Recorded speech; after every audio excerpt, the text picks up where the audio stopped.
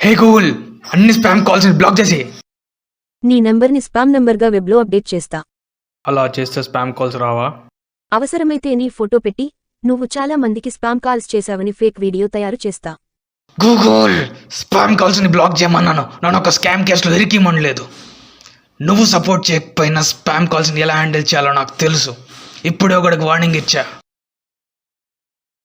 మళ్ళీ spam call.